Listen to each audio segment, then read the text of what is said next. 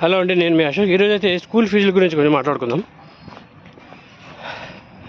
So నాకు తెలిసి school ఫీజులు అయితే 10 ఏళ్ళ ముందు 10 ఏళ్ళ తర్వాత చాలా అయితే ఇంక్రీజ్ అయిపోయినాయి. సో ఎంతలా అంటే డబుల్ త్రిబుల్ అయిపోయింది, ఆల్మోస్ట్ 10 టైమ్స్ ఎక్కువ అయిపోయింది అనమాట.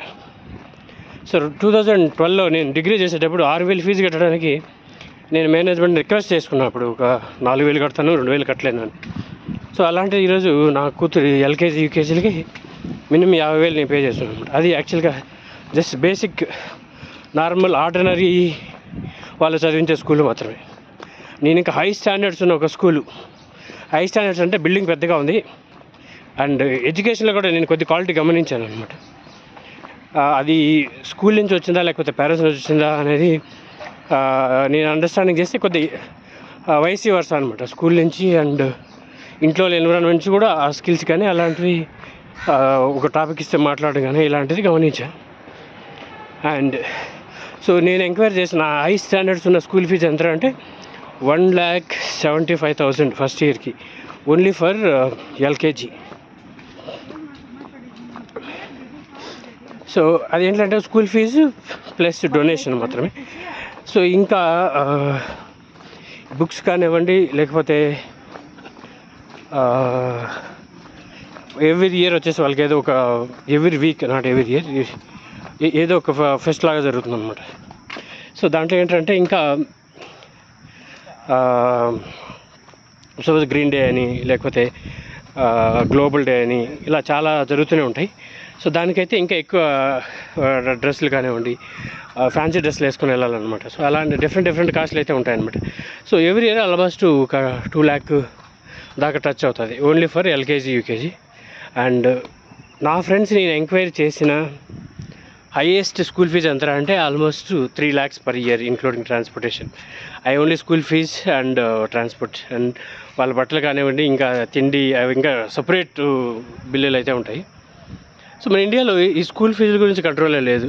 గవర్నమెంట్లు వస్తుంటే పోతే కానీ పర్మిషన్లు ఇచ్చేది వాళ్ళే కాబట్టి ఖచ్చితంగా స్కూల్ ఫీజు అయితే కంట్రోలే లేదు.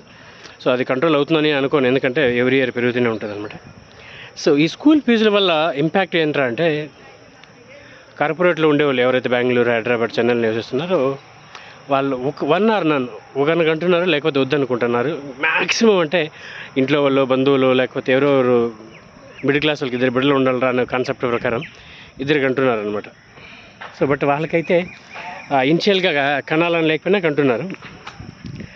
మెయిన్ రీజన్ ఏంటంటే కనకపోవడానికి కారణం ఏంటంటే ఓన్లీ స్కూల్ ఫీజులు. మా అమ్మకి మేము 6 మంది, మా తాతకు వాళ్ళు మళ్ళీ 6 మంది, ఇంకా మా రిలేటివ్స్లో ఇంకొక ఆయన 12 మందికి అన్నారు. ఈ రోజులో అయితే అంతమంది ఖచ్చితంగా కనలేరు అనమాట. సో మెయిన్ రీజన్ ఏంటంటే ఎక్స్పెండిచర్స్, స్కూల్ ఫీజులు, లగ్జరీ లైఫ్. సో ఇలాంటి వల్ల చాలామంది సాక్రిఫైస్ చేసుకుంటూ వెళ్తుంటే ఈ స్కూల్ ఫీజుల్ని కంట్రోల్ చేయడానికి ఎలాంటి సిస్టమ్ వస్తుందో తెలియదు కానీ బట్ అయితే ఈ స్కూల్ ఫీజు అనేది చాలా ఇంపాక్ట్ అనేది క్రియేట్ చేస్తుంది అనమాట మన లైఫ్లో. మిడిల్ క్లాస్ వాళ్ళకి చాలా ఇంపాక్ట్ క్రియేట్ చేస్తుంది.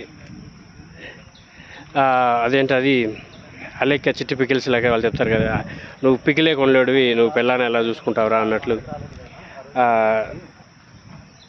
ఈ స్కూల్ ఫీజులు కూడా ఆల్మోస్ట్ అలానే ఉంటాయి అనమాట. స్కూల్ ఫీజులకు అట్లా ఉన్నప్పుడు లైఫ్ ఎలా ఉంటుంది అన్నట్లు.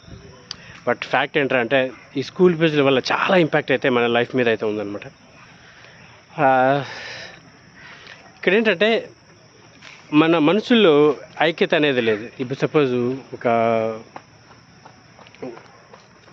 హైదరాబాద్లో కానివ్వండి, బెంగళూరు కానీ, చెన్నై కానీ ఒకసారి 1,00,000 మంది వచ్చి రోడ్డు మీద స్ట్రైక్ చేస్తే, లేకపోతే గవర్నమెంట్కి తెలియజేస్తే ఖచ్చితంగా దీనిపైన ఒక స్టాండర్డ్స్ అనేవి క్రియేట్ చేస్తారు. ఖచ్చితంగా ఒకసారిగా 10 లక్షల మంది వస్తే ఖచ్చితంగా ఏమవుతుంది, అదేదో మూవీలో ఉంటుంది అనమాట. ఒక్కసారి 1,00,000 మంది ఊహించుకుంటే ఎలా ఉంటుంది అన్నట్లు 10 లక్షల మంది ఒకసారి ధర్నా చేస్తే ఖచ్చితంగా గవర్నమెంట్ కూడా దిగి వస్తాయి. యూఎస్లో అయితే గ్రాడ్యుయేషన్ వరకు అసలు ప్రైవేట్ సెక్టార్లో ఉండవు, గవర్నమెంట్ సెక్టార్లో వాళ్ళే కంట్రోల్ చేస్తూ ఉంటారు.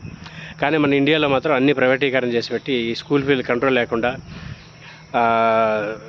చాలా హంగామా అయితే చేస్తున్నారు అనమాట.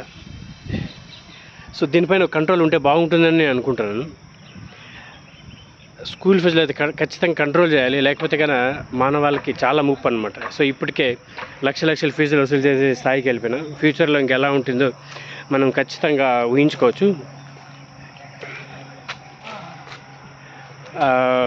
ఖచ్చితంగా ఈ ప్రైవేటీకరణ అనేది కొద్దిగా రద్దు చేసి గవర్నమెంట్ సెక్టార్లో అయితే చాలా బెనిఫిట్ ఉంటుంది.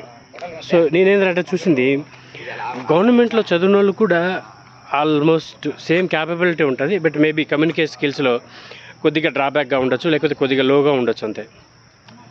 ఒక సింపుల్ ఎగ్జాంపుల్ చెప్తాను. ఒక సౌత్ ఇండియన్, నార్త్ ఇండియన్ ఇంటర్వ్యూకి వెళ్తే సౌత్ ఇండియన్కి ఆ ఇంటర్వ్యూలో అడిగే క్వశ్చన్కి సమాధానం తెలిసింటుంది కానీ రిప్లై అయ్యలేడు, మేబీ భయం వల్ల. అదే నార్త్ ఇండియన్కి ఏంటంటే వాడికి రాంగ్ సమాధానం కరెక్ట్గా తెలియకపోయినా కానీ రిప్లై చేస్తాడు అనమాట. సో అక్కడ సెలెక్ట్ అయింది ఏమంటే నార్త్ ఇండియన్, ఎందుకంటే సౌత్ ఇండియన్కి వాడికి కమ్యూనికేషన్లో కాన్ఫిడెంట్ లేదు, ఓన్లీ కాన్ఫిడెంట్ లేదు. సో అందువల్ల ఎవరైనా కానీ ఎక్స్ప్రెసివ్గా ఉండే వాళ్ళు మాత్రం సెలెక్ట్ చేసుకుంటారు అనేసి ఇక్కడ మొరల్ ఆఫ్ ది స్టోరీ అనమాట. సో ఇదంతా ఎలా వస్తుంది అంటే చాలా ప్రాక్టీస్ చేయాలన్నమాట. ఈ స్కూల్స్ నుంచి కానివ్వండి, ఫ్యామిలీ నుంచి కానీ ఇవన్నీ వస్తుంది. ఓన్లీ స్కూల్సే దాన్ని డిఫెండ్ చేస్తాయంటే మాత్రం ఖచ్చితంగా అది ఫేక్. బట్ సో ఎనీవే ఇండియాలో స్కూల్ ఫీజులు అయితే ఆకాశం అడుగుతున్నాయి అనమాట. సో ఈ వీడియో చూసేవాళ్ళు ఎవరైనా సరే, maybe you are from Delhi or you are from Mumbai or Hyderabad or Chennai, please comment what is your standard school fee your base locations. So ఎందుకంటే జస్ట్ చూద్దాం ఈ స్కూల్ ఫీజులు ఓవరాల్ ఎలా ఉన్నాయి అనేసి. అండ్ ఇంకా కొన్ని కంట్రీస్లో లాస్ట్ టైం నేను బ్లాబ్లాలో ట్రావెల్ చేసేటప్పుడు ఏమైందంటే ఒకతను నాకు తెలిసిన ఐర్లాండ్, స్విట్జర్లాండ్ వెళ్ళాడు. అక్కడ ఆల్మోస్ట్ చాలా స్కూల్ ఫీజెస్ కానీ ఎన్జిఓస్ రన్ చేస్తారనమాట. అక్కడ చిన్నపిల్లలు ఏడ్చినా కూడా ఒప్పుకోరంట. సో మన ఇండియాలో మాత్రం స్కూల్ ఫీజులు అనేసి ఇలా చాలా కాంపిటీషన్స్ అయితే రన్ చేస్తున్నాయి.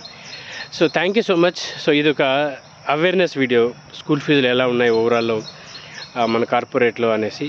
So will see you next video. Thank you so much. And video నచ్చినట్లయితే ఖచ్చితంగా లైక్ చేయండి, నచ్చిపోతే డిస్లైక్ చేయండి. బట్ ఎందుకు డిస్లైక్ చేస్తున్నారు ఖచ్చితంగా కామెంట్ చేయండి.